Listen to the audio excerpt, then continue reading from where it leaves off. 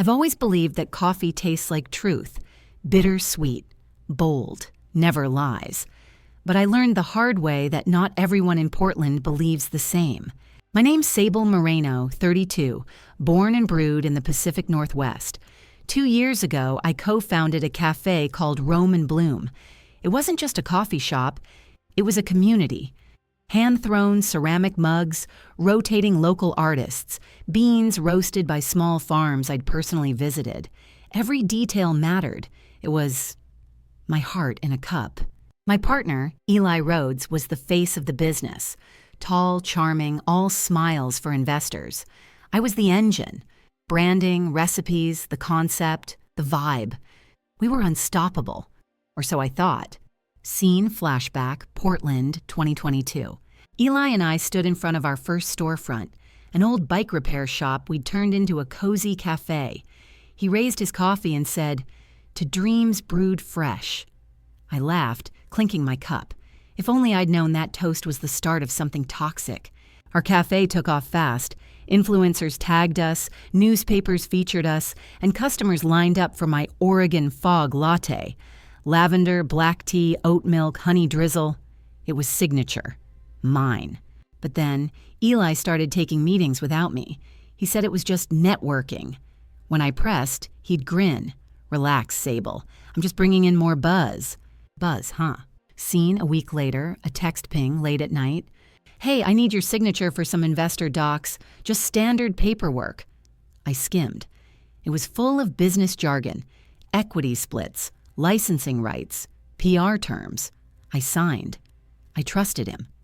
And that's the last time I saw my name on Rome and Bloom. 3 weeks later, I woke up to a headline on my phone. Local favorite cafe expands. Eli Rhodes launches new concept. Wander and sip. I froze. The photos? Identical decor? The drink list? Same recipes. Even the website's layout. My design templates. I stormed into our cafe. Eli was there, grinning for a camera crew. "Sable, you made it."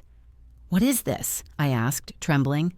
"Rebranding," he said smoothly. "Fresh start, cleaner name, bigger investors. We had to streamline ownership. You know how legal stuff gets." He turned back to the photographer. My hands shook so hard I almost dropped my cup. That was my work, my dream, and I was being erased, live in front of a lens, inner monologue. I remember standing there, surrounded by everything I'd built, the smell of roasted beans, the worn wood counters I'd sanded myself, the art I'd hung, and I felt hollow, like someone had scooped my insides out with a metal spoon. It wasn't just betrayal, it was annihilation. That night, I went home and stared at my planner, the one covered in coffee stains and sticky notes. Every page screamed of my dedication. Sketches, color palettes, supplier contacts, menu experiments. I flipped through them until I reached the page that started it all. Rome and Bloom. Concept draft. The ink had faded from wear, but one phrase stood out, underlined in blue. Coffee as connection, not competition. I laughed. It came out cracked and bitter. Days passed. Online, Wander and Sip was blowing up. Eli gave interviews about his creative process. And me? I couldn't step outside without seeing posters of his smirking face and my stolen logo. Friends reached out. "You'll bounce back, Sable." But how do you bounce back from being erased? Scene, one evening at home. I sat on my couch, doom scrolling. Every article praised Eli as the visionary behind Portland's next cafe movement. I closed my laptop and whispered, "No, that's mine." That's when I noticed something. A photo credit at the bottom of an article. Wander Sip Designs. I clicked, and there it was.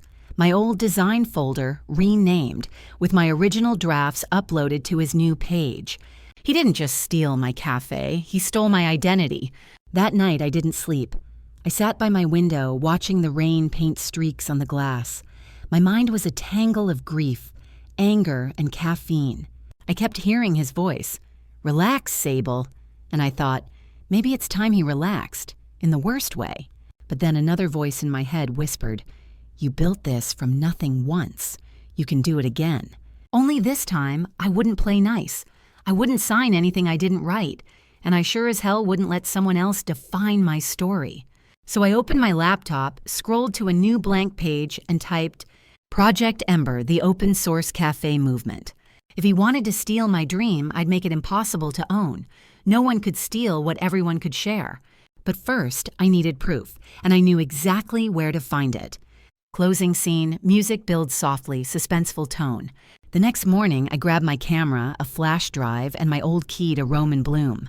The cafe was supposed to be closed for maintenance, but as I turned the corner, I saw the lights on, and Eli's voice inside, laughing.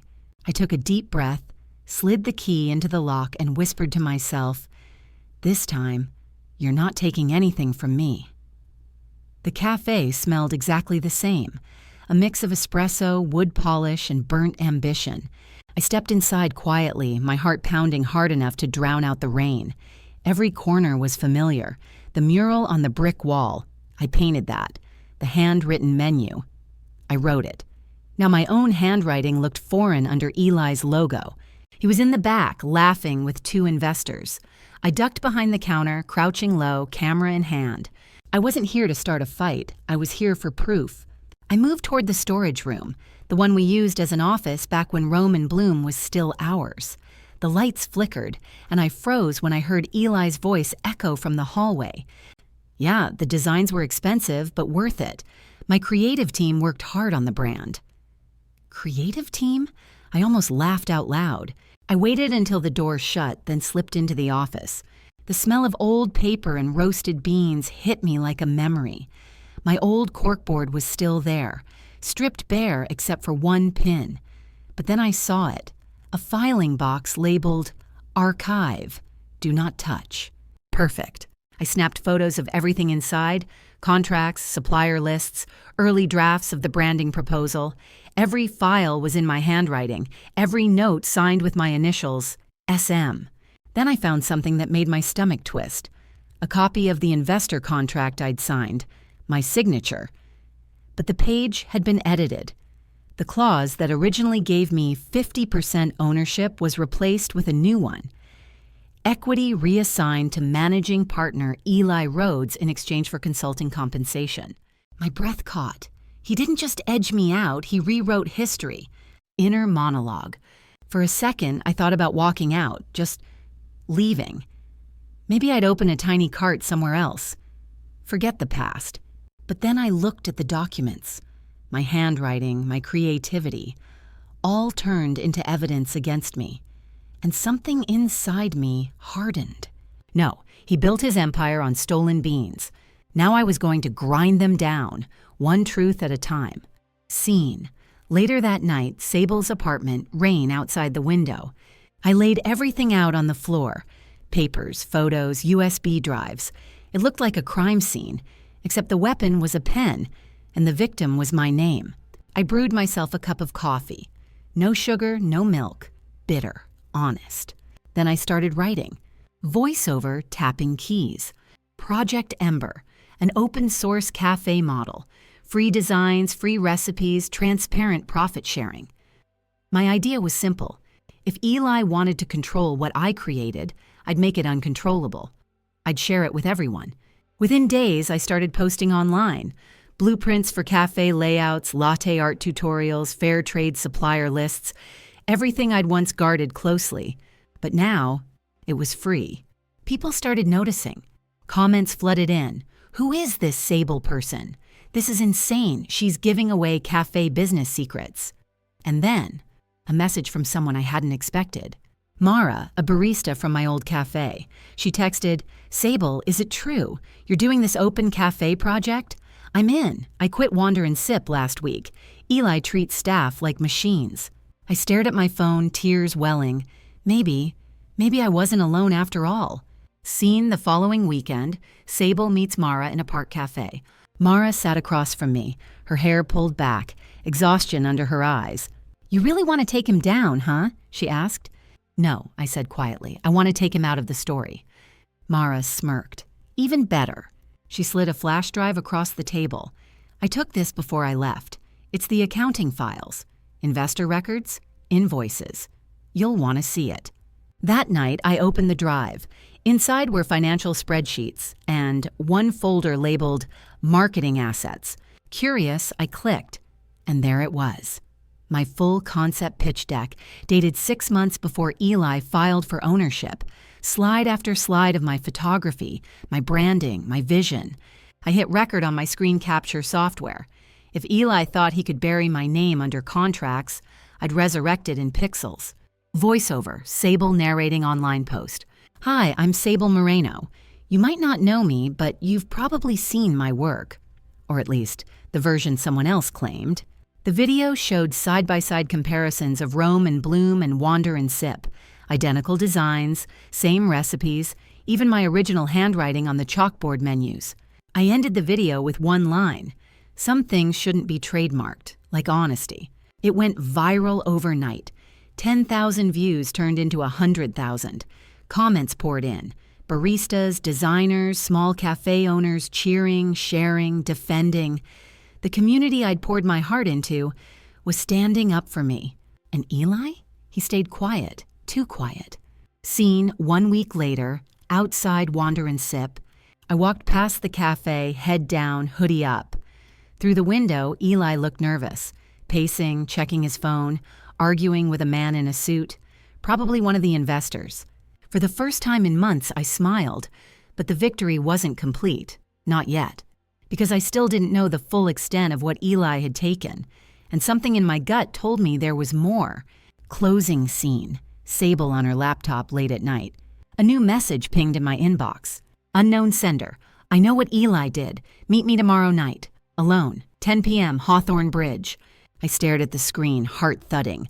Was it a trap? A prank? Or the final piece of proof? I typed back one word. Okay. Dramatic pause, faint sound of rain. I closed my laptop, stared at the window, and whispered, if this is a setup, I'm ready. The Hawthorne Bridge looked different at night. Lonelier, colder, almost cinematic. The streetlights shimmered against puddles like broken mirrors. I checked my watch. 9:57 p.m. My breath fogged in the air as I gripped the thermos in my hand. Black coffee, no sugar, my armor. I didn't know who I was meeting, but something told me this wasn't random. Whoever they were, they knew what Eli had done, and that meant they knew me. A shadow moved near one of the pillars. Sable? A voice called softly. It was a woman, short dark hair, trench coat soaked through from the rain. Her face looked familiar, but I couldn't place it right away. Yes, I said cautiously. Who are you? She hesitated, glancing over her shoulder. You don't remember me. I worked with Eli, investor liaison. Name's Renee Caldwell. My stomach tightened. So you're one of them? She shook her head quickly. Not anymore. Renee pulled a flash drive from her coat pocket and held it out. This has everything. The real investor communications, payment logs, emails. You'll see how he cut you out.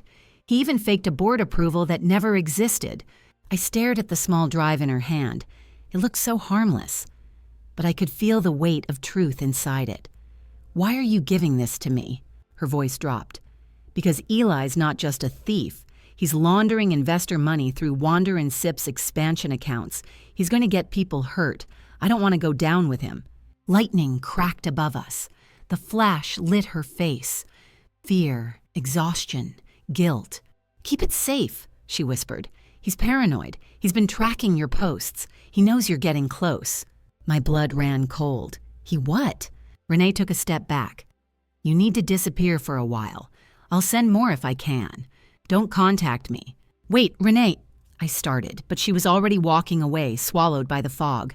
I stood alone under the bridge, clutching that flash drive like it was my last heartbeat.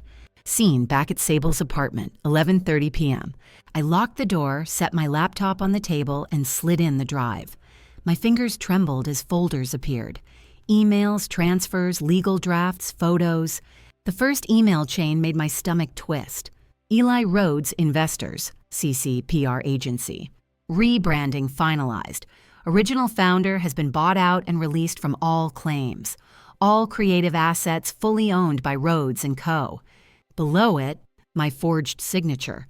Time-stamped the day after I signed the standard paperwork. I felt sick. He hadn't just erased me, he sold me like property. Then I opened the transfers folder. Each file was a web of shady payments. Fake invoices, repeated vendor names, money shuffling between shell companies. And one of those vendor names was painfully familiar, Mara's. No, I opened the details. The company name used her initials. He was funneling money under her name to hide transactions. So if he got caught, she'd take the fall. Inner monologue. That's when the rage returned, sharp and cold. He wasn't just ruthless, he was strategic. He used my trust, then my friends, to cover his crimes. I couldn't let him destroy anyone else. But if I went public now without proof of forgery, Eli could twist the story, paint me as bitter, unstable, vengeful. No, I needed something undeniable, something that couldn't be spun.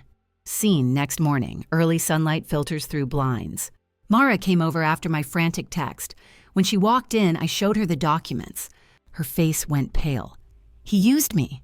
Oh my God, Sable. That's my name. My initials. I nodded. He's setting you up. She slumped onto the couch. We have to go to the police. Not yet, I said. If we go now, he'll say we fabricated it. We need to catch him in the act. She looked up. So what's the plan? I took a deep breath. We burn him. With the truth. That day we made a list. Every investor he'd lied to. Every document Renee had given me. Every staff member Eli mistreated or underpaid. Then we started calling people, one by one, not as enemies, but as allies. Because the truth only works if people believe it. By evening, I had 30 names on my list. Baristas, suppliers, even one former investor. All willing to talk. All tired of Eli's charm turning to cruelty once the cameras were off. I sat at my desk, overwhelmed. It wasn't just about revenge anymore. It was about justice. Collective justice. Voiceover, late-night typing sounds. I began scripting the next video. The Roast Part 2, What They Don't Tell You About the Coffee Business. A documentary-style expose blending receipts, testimonies, and first-hand accounts. But before uploading, I stared at Renee's message again. He's tracking you. My spine tingled. I shut off Wi-Fi, backed up all files to an encrypted drive, and powered down the laptop. Just as I exhaled, my phone lit up. Unknown number. A message popped up. Enjoying the show, Sable? I froze. Scene, phone buzzes again, another text. Cute video, shame if people knew how crazy you really are. Then, a photo attachment. It was a picture of me and Mara at the café that morning, taken from across the street. He was watching. I felt my pulse spike. Every instinct screamed to call the police, but I couldn't. Not yet. If he knew where I lived, if he was tracking me, then going to the cops could tip him off. I turned to Mara. Pack a bag. You're staying with me tonight. She nodded, eyes wide. We locked every door, every window. The rain started again outside, rhythmic, heavy, relentless. I sat by the window, coffee in hand, staring into the dark street below. No one there, but I could feel him watching. Inner monologue, quiet tone. He took my cafe, he took my name, he tried to take my peace. But this time, I was ready. Because the next cup I served Eli Rhodes was going to be his last taste of comfort. Closing scene, low ominous hum fades. The camera pans over Sable's cluttered table. Documents, coffee mugs, the flash drive. Then a faint reflection of someone standing outside her window. I didn't sleep that night. Every creak in the apartment sounded like a footstep. Every car light outside looked like surveillance. Mara was asleep on the couch, wrapped in a blanket, her phone clutched tight in her hand. I watched the rain pour down, reflecting neon from the street signs. Portland never slept, even when I wanted to disappear. At 3 a.m., I opened my laptop again. The glow felt like both comfort and danger, because if Eli was watching, I was about to give him a reason to stay awake too. Scene Sable's inner monologue. When you've been betrayed once, your brain rewires. Every sound feels suspicious. Every silence feels staged. But fear has a strange twin, focus. And I was laser focused now. I started reviewing Renee's files again. Emails, wire transfers, even voice memos Eli had sent to his assistant. Then I found something new. A folder buried deep, labeled Project Origin. My pulse jumped. Inside was a document dated 2 years before we ever opened Roman Bloom.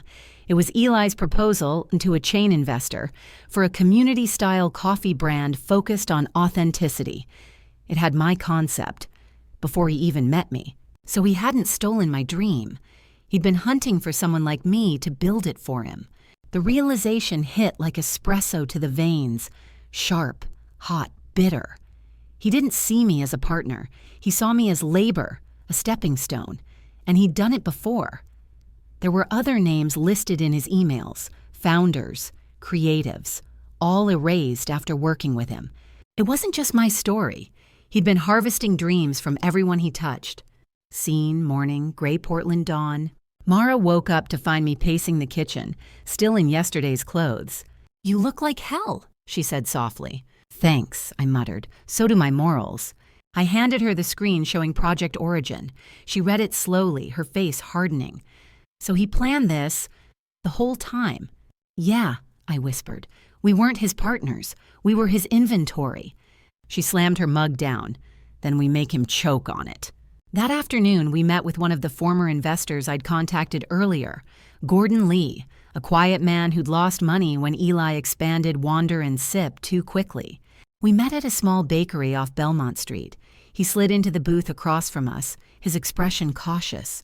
"I remember you," he said to me. "You were the creative one, right?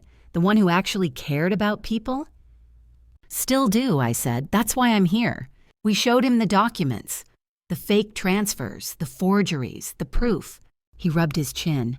"I knew Eli was shady, but this is federal-level fraud." I leaned forward. "If we expose this together, you can recover your losses, and maybe save others from getting dragged in." He hesitated. "And what happens to you, Ms. Moreno?" I smiled grimly. "I get my name back." He nodded slowly. "Then you'll have my support." Scene evening. Sable's apartment transforms into a war room. We printed everything, connected timelines with string across the wall. Red for money, blue for people, yellow for lies. It looked like a crime thriller set, except this wasn't fiction. Mara pointed to a photo. "That's his assistant, right, Jenna?" "Yeah," I said. "She's in half the email chains. She knows everything." "I think she'd talk?" "Not for me," I said, "but maybe for herself." Scene, phone call, Sable to Jenna. "Jenna, it's Sable. We haven't spoken in a while." Silence, then a sigh. "You shouldn't be calling me." "I know, but I found your name on documents Eli forged. He's implicating you." Another pause. Then, "Meet me at Union Station tomorrow, 6 p.m., and don't bring anyone." Click. I stared at the phone, heart pounding. Another meeting, another risk. But this time, I wasn't walking in blind. Scene. Next day, Union Station, Portland. The sun was setting, slicing through the glass roof in orange streaks. Jenna stood near a vending machine, nervous, constantly scanning the crowd. She looked younger than I remembered, exhausted. When she saw me, she whispered, "You shouldn't have come." "Neither should you," I said, "but we're both here." She handed me a sealed envelope. Inside, printed screenshots of Eli's personal messages with investors. Messages that made my stomach twist. She thinks she's equal. Wait until she signs. We'll recycle her ideas like we always do. They all want validation. That's the cheapest currency. I felt my throat tighten. He wasn't just cruel, he was calculatingly proud of it. Jenna looked at me, eyes glassy. He promised me a promotion. Then he used my name on a fake invoice. I could lose everything. I nodded. So could we all, unless we end this. We agreed on one thing. If Eli had been watching, he'd soon see what it felt like to be exposed. That night, I uploaded everything. A new page on Project Ember's site labeled The Roast Files. But instead of making it public, I set it on a timer. 24 hours to launch automatically. If anything happened to me, the world would see everything. Inner monologue, soft background piano. Sometimes revenge doesn't look like fire. It looks like light. Truth cutting through darkness. I didn't want to destroy Eli Rhodes. I wanted everyone to see him exactly as he was, without the glossy filters and startup smiles. And maybe then, the next Sable wouldn't have to learn the hard way. Closing scene, late night outside Sable's apartment. As I shut down my laptop, I noticed a car parked across the street. Same one from the photo Eli sent. Headlights off, engine humming. I whispered, "He's here." Mara came up behind me, whispering, "What do we do?" I stared through the rain at the shadow inside the car, unmoving, patient. "Nothing yet," I said quietly. "Let him watch." A single drop of coffee slid from my cup onto the windowsill. Dark, slow, final.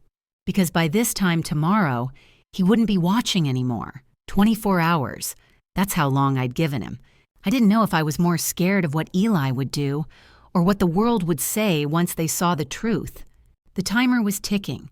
Project Ember's roast files would go public at midnight. Until then, every minute felt like the world was holding its breath, and I was the one standing in the eye of the storm. Scene late morning, Sable's apartment. Mara poured herself coffee, pacing. "You really think this will work?" she asked. I nodded, though my stomach felt like it was full of stones. "It's not about working. It's about truth existing in daylight." She sighed. "You sound like a manifesto." I cracked a smile. "Good, because that's exactly what this is." At 11:07 a.m., my phone buzzed. "Unknown number. Pull it down. We can make this go away." I ignored it. A minute later, another message. "You've made your point. Don't ruin your life over this." Then a video link. I hesitated, then tapped. It was Eli, standing in front of Wander and Sip, reporters crowding him, microphones flashing. He was smiling, always smiling. TV audio newsfeed. "We're aware of false allegations being spread online by a disgruntled ex-employee. We've filed for defamation and are pursuing legal action. Wander and Sip remains committed to integrity and creativity." He laughed, put a hand on his chest like a saint, and then he said it. The line that broke me. "I created Rome in Bloom. I built it from the ground up, alone." The camera flash froze his grin in the frame, and in that instant, I didn't feel fear. I felt fury, raw, electric, focused. Inner monologue, calm but cold. He wanted a war of perception. Fine. He had money, cameras, and charm. But I had something he didn't. Proof. Scene, afternoon, laptop open, phone buzzing nonstop. The internet was exploding. Some people believed me. Others called me jealous, unstable, bitter. A trending hashtag appeared. Coffee drama. Thousands of comments dissecting my every post, photo, and phrase. Mara slammed her phone down. "He's spinning it. He's making you the villain." "I know," I said quietly. "That's what villains always do when they feel the heat." I checked the clock, 9:54 p.m. 2 hours until upload. I opened the files one last time, checking everything. Screenshots, contracts, email metadata, timestamps, all airtight. Then I noticed something strange. One of the files, Legal Draft 3 PDF, had been modified 10 minutes ago. "What the?" I whispered. Mara looked up. "What's wrong?" "He's in the system." I yanked the Ethernet cable, heart hammering, but before I could act, the screen flashed. Access denied. He was hacking the site. "No, no, no," I muttered, frantically typing commands. Mara ran over. "Can you stop it?" "I can slow him down, maybe." The loading bar crept across the screen like a slow bleed.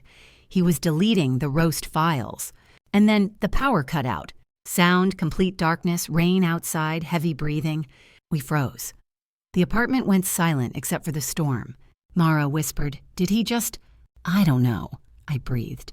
Then came the sound of tires screeching outside. Headlights flashed through the blinds, stopping right outside. I moved slowly to the window, the same black car. "He's here," I said. Scene inside the dark apartment, flashlight glow. Mara grabbed a kitchen knife. "We should call the cops." "With what phone?" I held up mine. Dead. The signal was gone. "He jammed it," I muttered. We heard footsteps in the hallway, slow, heavy, confident. Then a knock, 3 sharp raps. Voice outside. "Sable, open the door. Let's talk." I felt Mara's breath hitch beside me. It was Eli. His tone was casual, but every word dripped with control. "You've made this messy. I'm here to clean it up." I whispered, "Not this time." Scene, confrontation. Sable speaks through the door. "Go home, Eli, you're done." He chuckled. "Done? Oh, sweetheart, you think people believe you? You're a nobody with a sob story." My hands shook, not with fear, but fury. "You built your kingdom out of lies, and tomorrow it burns." He laughed.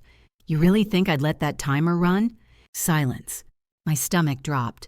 "What did you do?" I demanded. He sighed. "Let's just say your website won't exist by morning." But he didn't know something. Renee's flash drive had a hidden fail-safe, a mirror upload to a secure archive. Even if the site was wiped, the files would auto-sync to an independent media server. I hadn't told anyone, not even Mara, so I smiled. A small, dangerous smile. "Good luck stopping what's already in motion." Eli hesitated. Then the doorknob turned slowly. Testing. Taunting. Mara gripped my arm. "He's going to break in." I nodded, backing toward the bedroom. "If he does, we run, but we take the drive." We heard his footsteps fade. Silence again. Eerie. Stretched. Then, the sound of a lighter flicking and the faint smell of gasoline. My eyes widened. "Oh my God, he's—" Mara's voice cracked. "He's going to burn it down!" Sound, rushing footsteps, door slamming open, rain, thunder. We ran out the back door into the alley, rain drenching us instantly. Behind us, the faint orange glow flickered in the window. Smoke curled into the air. I turned, heart pounding. Our home, our evidence, everything. But I wasn't thinking about what was burning. I was thinking about what was uploading. Because even as flames rose, a notification pinged on my backup phone. "Upload complete." Closing scene. Sirens in the distance. Sable's voice steady. Firemen would come. Reporters would come. And Eli would once again flash that charming smile for the cameras. But this time, the truth wouldn't die in smoke. It was already live, and by sunrise, everyone would know who Eli Rhodes really was. Sound, typing resumes, soft piano returns. When people steal your story, they think they own your ending. But the thing about endings, you can always rewrite them. When I opened my eyes, the world was orange.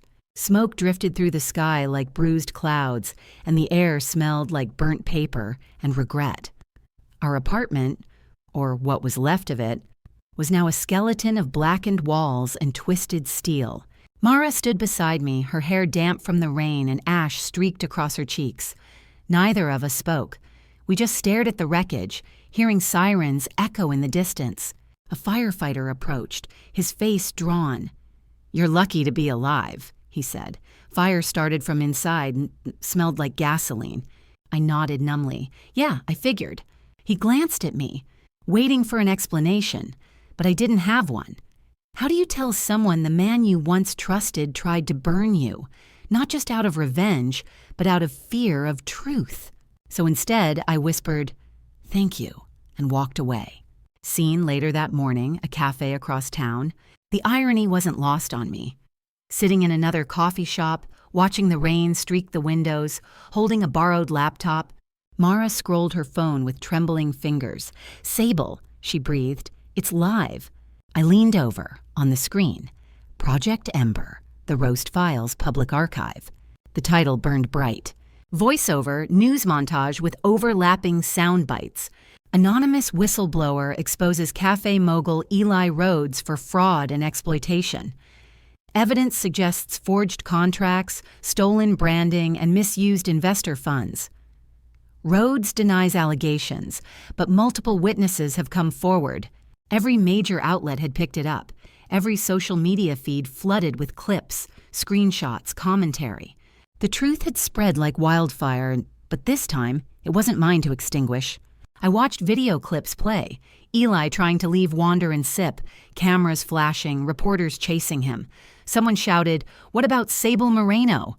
He flinched, just for a second, before smiling again, fake as ever. "I have nothing to hide," he said to the cameras. But the tremor in his voice betrayed him.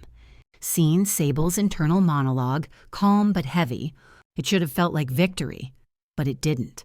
Justice looks different in real life. Slower, quieter, lonelier. I wasn't standing on a podium. I was sitting in a borrowed sweater, drinking burnt diner coffee, watching my enemy implode on screen. And yet, a part of me felt free. Because for the first time in months, I wasn't invisible. Mara nudged me. "You did it. Everyone knows now." I smiled faintly. "We did it." She looked at me, eyes soft. "What now?" I stared out the rain-soaked window. Now. We rebuild, but not like before. Scene, later that week. Public fallout montage. Wander and Sip shut down temporarily. Eli's investors pulled out. The cafe community in Portland rallied behind Project Ember, calling it the People's Cafe Revolution. Dozens of small cafe owners reached out to me. They wanted to join the open source movement, to share, not steal, to build, not compete. And just like that, something bigger than revenge began to form. Scene, small community meeting, cozy hall, soft chatter. I stood at the front of the room, a makeshift projector behind me. Dozens of baristas, artists, and suppliers sat in folding chairs. Mara handled the slides while I took a breath and began. "Thank you for coming," I said. I started this to reclaim what was taken from me. But somewhere along the way, it became about something else. Us, the creators, the workers, the people who actually make things happen. Heads nodded. Someone clapped softly. I continued, voice steady. "Let's build cafes where profit doesn't come before people. Let's make our work open, fair, and shared. Let's make honesty the new brand." The room erupted in applause, genuine, loud, messy, and for the first time since Rome in Bloom, I felt that spark again. Not revenge, purpose. Scene, 1 month later, news headlines flashing. Former cafe mogul Eli Rhodes under federal investigation for fraud. Project Ember grows into nationwide cooperative network. Founder Sable Moreno declines interviews, focuses on community rebuilding. I didn't need to talk anymore. The work spoke for itself. Scene night, Sable's new cafe space under renovation.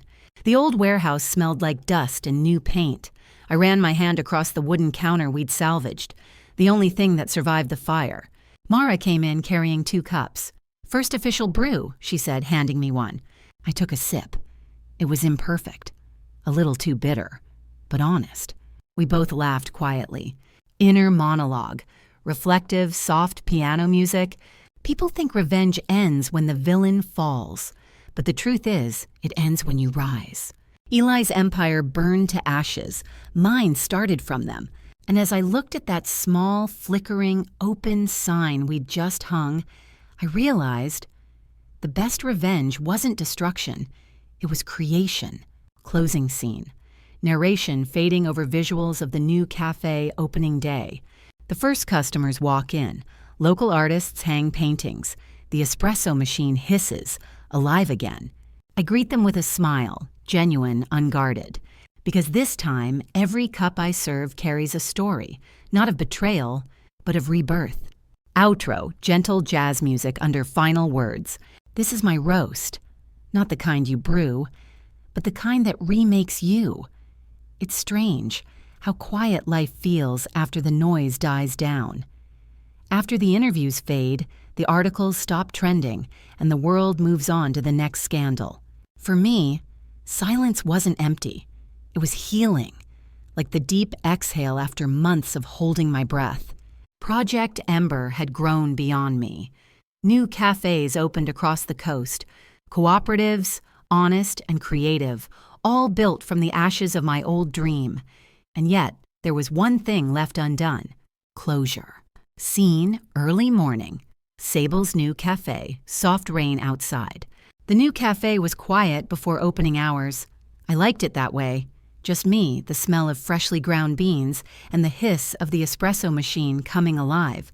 Mara was upstairs prepping invoices. Down here, it was my ritual.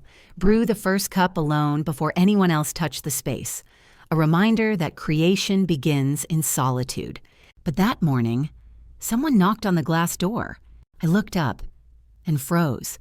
Standing outside in the drizzle, wearing a wrinkled suit and a tired face, was Eli Rhodes. For a moment, I thought I was hallucinating, but no. That smirk was gone. His hair was unkempt, eyes sunken, shoulders sagging under invisible weight. He looked human, and that somehow made it worse. I didn't open the door right away. I just stared, heartbeat steady but cold. He lifted his hand slightly, palms out. "I just want to talk." I hesitated, then unlocked the door. He stepped in, dripping water onto the polished floor. The air between us felt like static. Years of resentment compressed into a single breath. "Eli, place looks nice." Me, "Don't." He nodded, almost expecting it. "Fair." Silence again, except for the faint sound of rain against the windows. He looked around the room. The reclaimed wood, the local art, the plants by the counter. All the things he used to fake in his brand. Then he said quietly, "They're still investigating me." I didn't answer.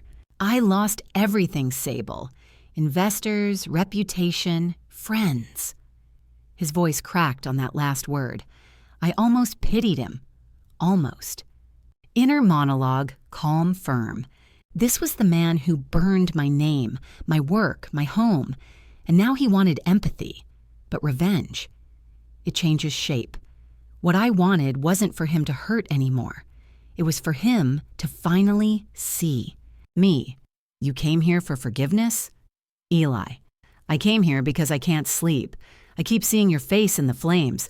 I didn't mean to." I cut him off. "You didn't mean to what? Steal? Lie? Set a fire?" He flinched. I panicked. "You were destroying me online." I was telling the truth. He looked down. Maybe I deserved it.